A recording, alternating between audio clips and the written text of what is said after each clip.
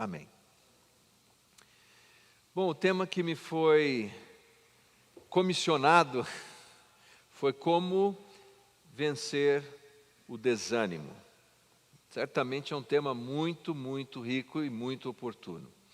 A primeira coisa que nós devemos ter em mente é o que vai causando o desânimo em nossas vidas. O desânimo pode vir em nossas vidas principalmente por conta de frustrações. Por exemplo, a frustração por uma necessidade não satisfeita. E às vezes isso pode ser desde as necessidades mais fundamentais que se tem, até aquelas necessidades projetadas. Porque muita coisa que nós dizemos, eu tenho necessidade disso, não é uma necessidade, é um desejo. Mas o desejo continuamente frustrado também nos leva a algum tipo de desânimo. Desde o desejo de ter um item novo, ou o desejo de fazer uma determinada viagem, dos mais variados, e continuamente você vai vendo aquilo se frustrar ano após ano, isso vai produzindo um desânimo. Uma frustração também por um objetivo não concretizado. Olha, esse ano eu compro aquela casa, esse ano eu faço aquele negócio, esse ano eu entro naquele curso. E quando aquele objetivo não se materializa, frustração, desânimo. A frustração também pode vir na relação de negócios ou de trabalho, de serviço, quando você tem a expectativa sincera de que vai receber uma bonificação, vai receber uma gratificação por um desempenho. Eu me lembro que durante anos eu mantinha essa atividade bivocacional que nós chamamos em teologia, porque eu trabalhava como assessor de concorrência pública de uma empresa de São Paulo. Aliás, era uma empresa do Rio Grande do Sul. E isso, amém, exatamente. O primeiro contrato, o maior contrato que eles tinham fechado, era com o governo do estado de São Paulo, na época. E existia uma promessa que se nós fechássemos um segundo contrato grande, eles iam rachar o lucro com todo mundo. Imagina como é que nós estávamos todos ali pilhados para conseguir aquilo. E eu tive a alegria de ser a pessoa que conseguiu fechar o segundo maior contrato da empresa. Na época era a Prefeitura de São José dos Campos. Que festa! Que alegria, só esperando o pagamento, o primeiro pagamento daquele contrato e, ao invés de vir a bonificação, a divisão prometida, veio explicação, justificativa. E você pode imaginar a frustração, não somente minha, porque a ideia é que todos comeriam uma fatia daquela torta. Frustração. Frustração pelo término de um relacionamento. Pode ser um relacionamento amoroso, pode ser um relacionamento familiar, de amizade, que abruptamente nos é retirado por qualquer maneira. Uma profunda frustração desemboca em desânimo. E frustração por conta de diferenças pessoais e conflitos. Uma das coisas que mais traz frustração no relacionamento conjugal, por exemplo, são os conflitos contínuos. Conflitos que não se resolvem, entra ano, sai ano, então continuamos brigando pelas mesmas coisas. Então a pessoa vai se frustrando e chega a um ponto que ela entra no estado de desânimo na sua relação conjugal. E o que é desânimo? Como é que podemos definir desânimo? Literalmente, pegando a etimologia de desânimo, que vem do latim e significa sem alma, ânima, de animal, é aquilo que já não existe mais. A pessoa é como se ela não tivesse em si mais vida. Até uma história que se costuma contar de um homem que morreu em 1995. Ele morreu em 1995, mas ele foi sepultado em 2018. Por quê? Porque ele morreu de alma. As frustrações, então ele continua existindo, mas ele não vive mais. Isso acontece em vários lugares. De novo, numa carreira, vai empurrando com a barriga, mas já morreu. Num relacionamento conjugal, está empurrando aquele casamento ali, mas já morreu. Numa atividade ministerial, inclusive, mas já morreu, já foi. Não há mais coração, não há mais ânimo. Aliás, uma outra palavra para desânimo é desencorajamento, que é o que? A ausência do coração, a ausência da coragem para continuar fazendo o que precisa ser feito. E todos nós estamos sujeitos a isso. Talvez uma das histórias mais clássicas que nós tenhamos na Bíblia sobre desencorajamento, sobre desânimo, seja a história do profeta Elias. Então vamos juntos ler primeiro livro dos Reis, capítulo 19, a partir do primeiro versículo. Uma leitura um pouquinho extensa, mas vai nos dar uma visão geral do que aconteceu com o profeta Elias e as lições que nós podemos tirar. Minha proposta nessa noite é considerarmos 5 princípios que podem nos ajudar a lidar com a frustração e mais com o desânimo. Se você encontrou, por favor, diga amém. Bom, é primeiro livro dos Reis, capítulo 19, a partir do primeiro versículo. A palavra de Deus diz assim: Acabe fez saber a Jezabel tudo quanto Elias havia feito e como matara todos os profetas à espada.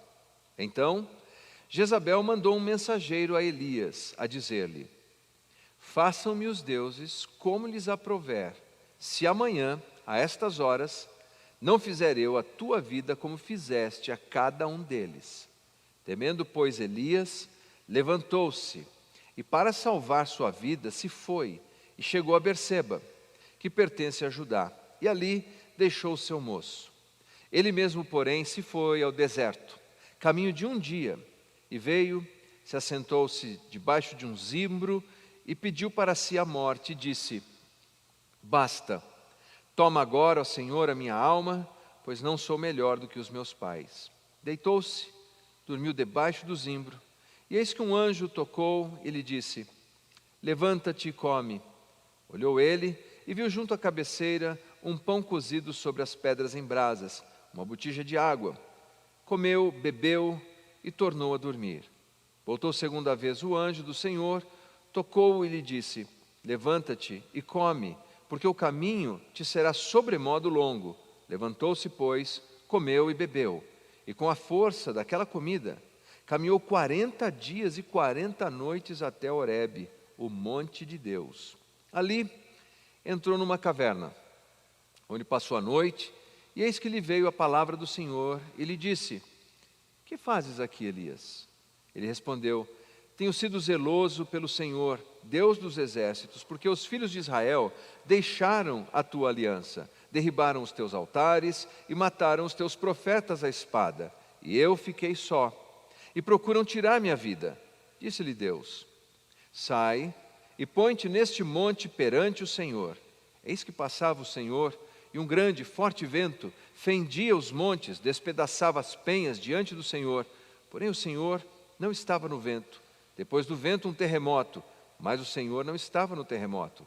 Depois do terremoto um fogo, mas o Senhor não estava no fogo. Depois do fogo um cisto tranquilo e suave.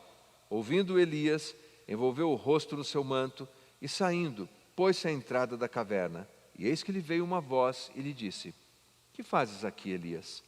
Ele respondeu: Tenho sido extremamente zeloso pelo Senhor, Deus dos exércitos, porque os filhos de Israel deixaram a tua aliança, derribaram os teus altares e mataram os teus profetas à espada, e eu fiquei só, e procuram tirar minha vida. Disse-lhe o Senhor: Vai, volta ao teu caminho para o deserto de Damasco, e chegando lá, unge a Hazael, rei da Síria.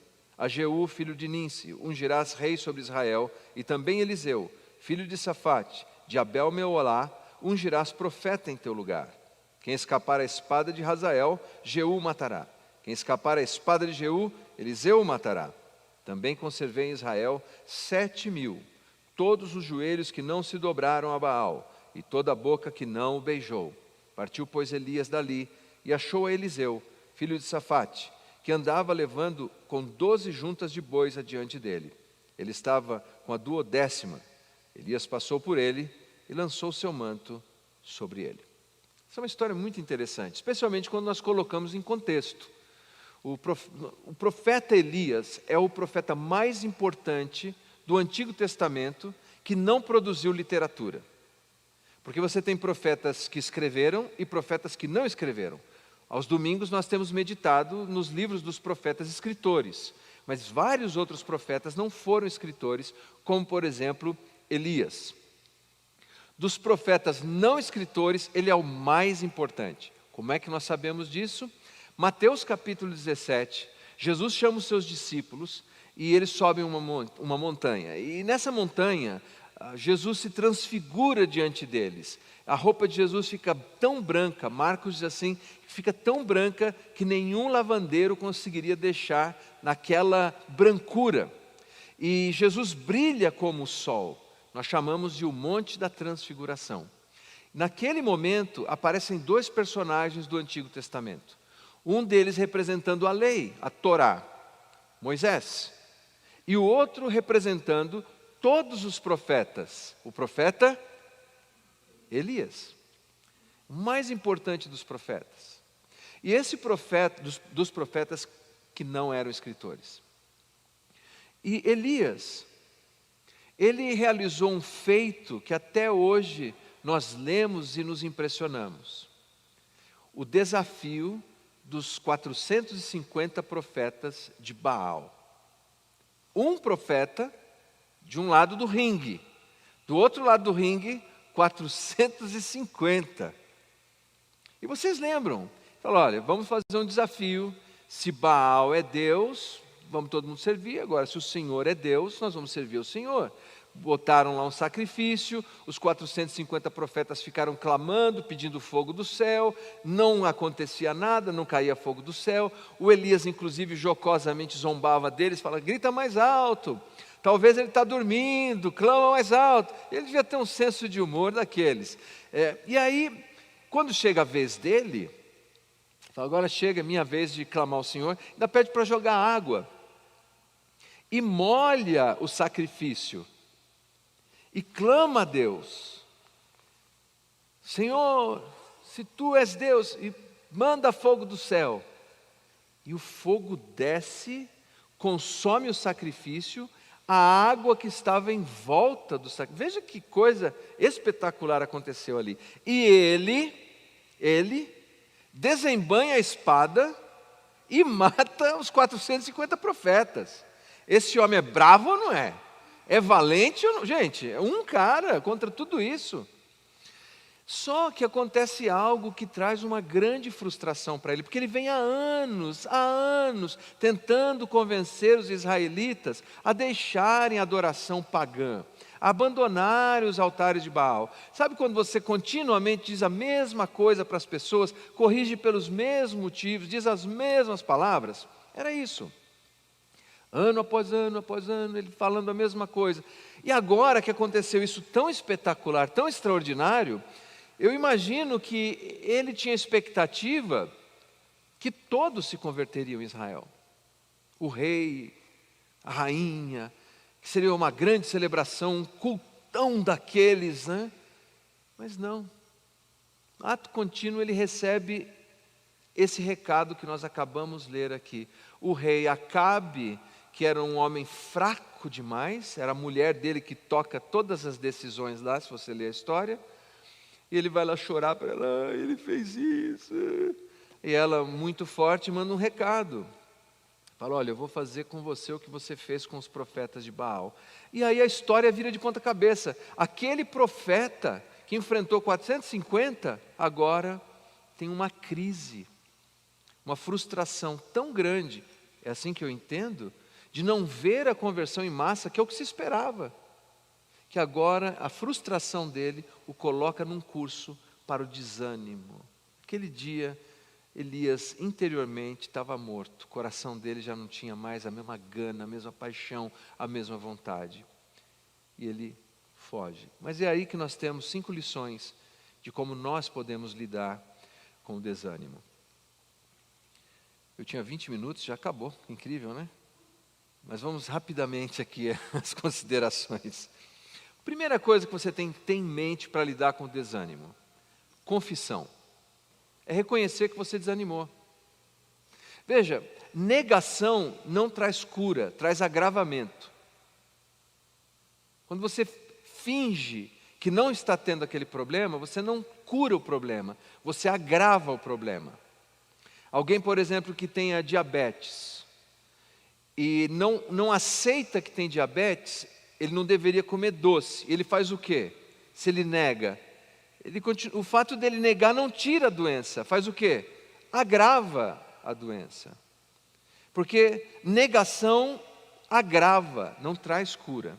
Então a primeira coisa que nós devemos fazer quando nós entramos num estado de desânimo é confessar, reconhecer, eu estou desanimado, eu estou desanimado com a situação. Não é vergonhoso, porque um grande homem como esse profeta fez isso. Como é que nós sabemos que ele fez isso? Versículo 3 diz assim: Elias levantou-se e para salvar a sua vida. Olha, a primeira coisa que você deve fazer, se você quer salvar a sua família, é salvar a sua vida. A primeira coisa que você deve fazer para salvar a sua empresa é salvar a sua vida. Porque se você não estiver bem, você não pode ajudar ninguém, você não pode ajudar os seus.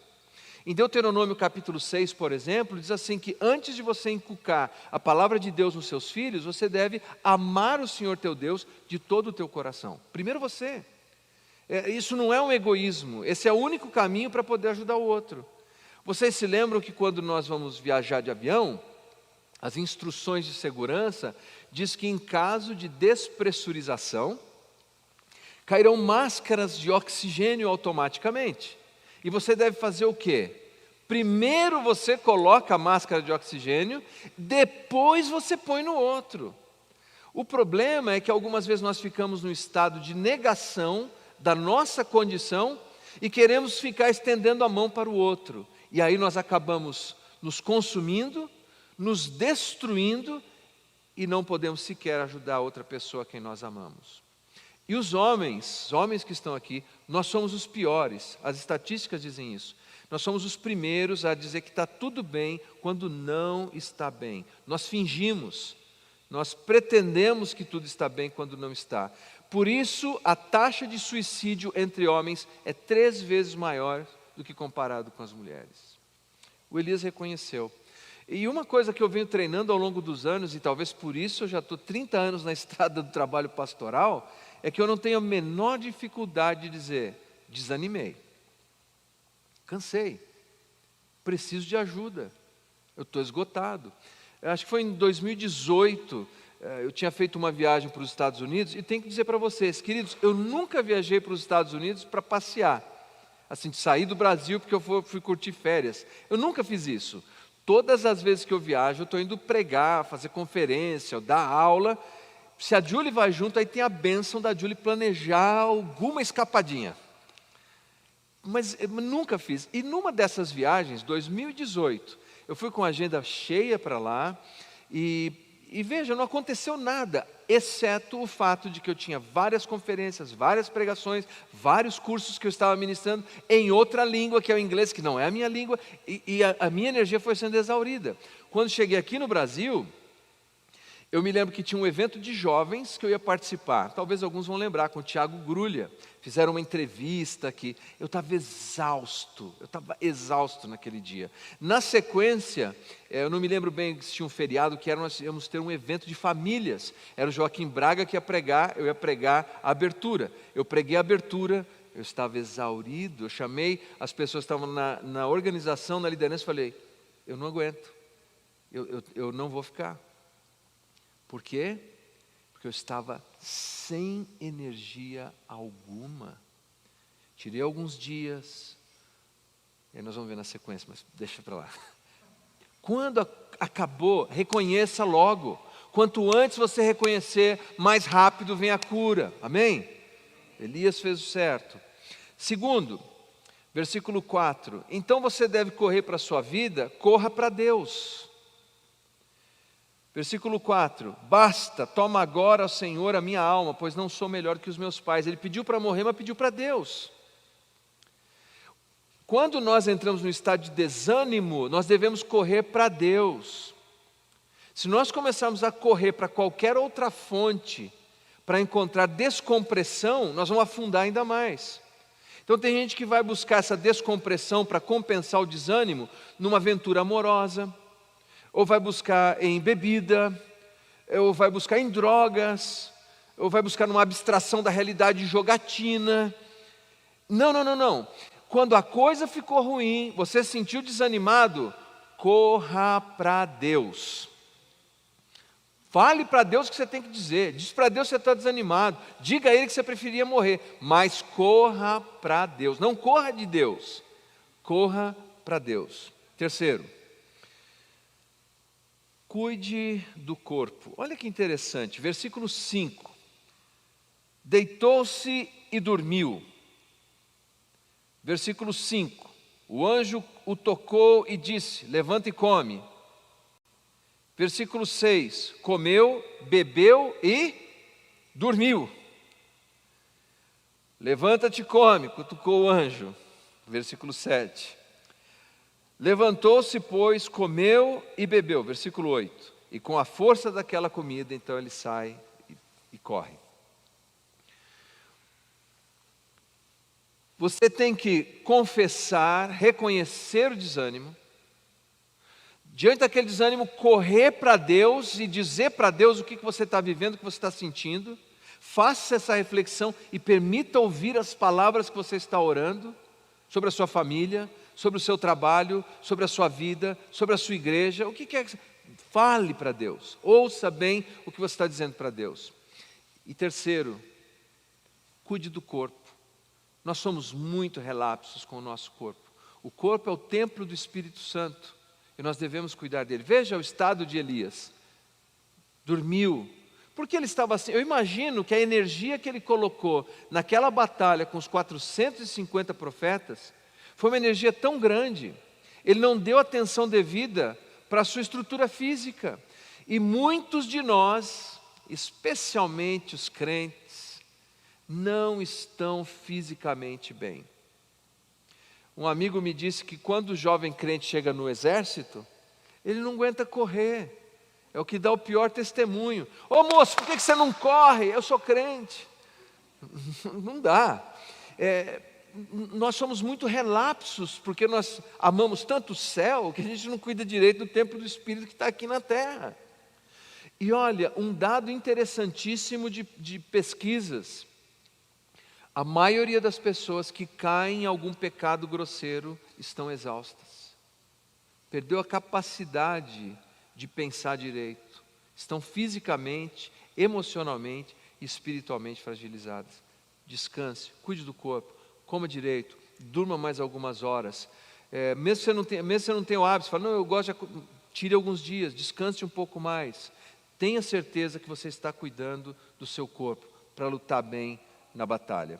E quarto, comunhão solidária. Versículo 10 diz assim: eu fiquei só. Versículo 14, o profeta diz assim para Deus: eu fiquei só. Perceberam? Quando nós achamos que aquilo acontece só com a gente, aumenta a nossa frustração e o nosso desânimo. Quando você fala, não, só eu tenho esse tipo de problema, só o meu casamento tem esse problema, só eu brigo assim, só eu tenho esse tipo de problema financeiro, só eu lido com essas questões de saúde. Quando você acha que é só com você, o desânimo é maior. O profeta sentia assim, ele falou, só sobrou eu. Mas olha o que Deus diz na sequência. Ele diz assim no versículo 18: conservei em Israel 7.000. Você não está só. Outras pessoas estão vivendo isso. Pedro, abra por favor a sua Bíblia na carta de Pedro, primeira carta de Pedro, no capítulo 5. Primeira carta de Pedro, capítulo 5. Ele diz assim no versículo 9.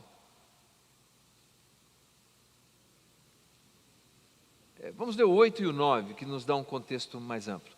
Sede sóbrios e vigilantes, o diabo, vosso adversário, anda em derredor como um leão que ruge, procurando alguém para devorar. Importante, a carta de Pedro é uma carta que fala sobre o sofrimento cristão. Aí ele diz assim no versículo 9: resisti-lhe firmes na fé, certos de quê? De que sofrimentos iguais aos vossos estão se cumprindo na vossa irmandade espalhada pelo mundo. Pedro sabia que quando nós temos a consciência de que a gente não sofre só, que há uma comunhão solidária no sofrimento, nós encontramos forças para resistir quem? O diabo. Porque caímos, porque achamos que só nós estamos enfrentando aquele tipo de sofrimento. Enxergue mais amplo. Por exemplo, aqui nesse recinto, nós temos vários irmãos, enfrentamos a mesma luta, somos companheiros da mesma batalha, e é com a graça de Cristo que nós triunfaremos. E finalmente, versículo 11, concentre-se no Senhor. Disse-lhe Deus, sai, põe-te neste monte perante o Senhor. O que aumenta a nossa angústia, o que aumenta nossa frustração e o nosso desânimo, é que nós nos concentramos no objeto da frustração. A gente fica olhando para a frustração, pensando na frustração. Então, por exemplo, alguém que está frustrado com algo, com uma necessidade não realizada, ele fica pensando naquilo, puxa, eu não tenho aquilo, eu não consegui aquilo, ou eu perdi aquilo outro. O outro que está frustrado com o relacionamento, fica pensando nos aspectos negativos daquela relação. O outro que está frustrado porque não teve uma compensação financeira, fica pensando naquele prejuízo econômico. Não, concentre-se em Deus. Concentre-se na pessoa de Deus, que é o Senhor sobre tudo, sobre todos, que tem controle sobre todas as coisas, que sabe o que é o melhor para a sua vida e Ele te sustentará. Olhe para Ele.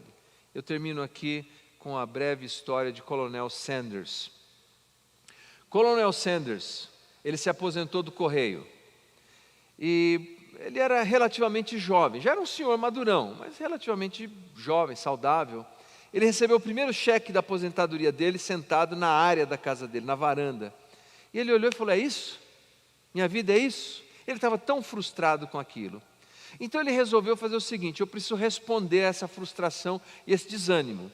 E ele começou a listar tudo o que ele acreditava que ele tinha de singular na vida dele. O que me faz diferente dos outros? Ele foi anotando. E nessas anotações, ele chegou a esse item. Eu conheço a receita de frango frito da minha mãe. Ninguém sabe fazer o frango que a minha mãe sabe fazer.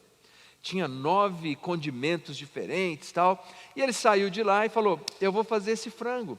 Foi até um restaurante na cidade, perguntou se ele poderia fazer aquele frango ali, frango da mamãe, fez, foi um estouro, foi um sucesso. E daquilo ele abriu o próprio restaurante, e do próprio restaurante uma cadeia de restaurantes, e eventualmente ele vendeu a KFC por milhões de dólares, e ainda foi contratado para ser o símbolo da KFC, que é o Coronel Sanders. Quando você se sente desanimado, aplique esses 5 princípios, e depois, deixe Deus renovar a sua vida, te dando novas ideias, novos insights, novos pensamentos, porque enquanto estamos desse lado da eternidade, Deus ainda não terminou conosco. Então, nós não podemos morrer antes da hora. Vamos nos colocar em pé e vamos fazer uma oração?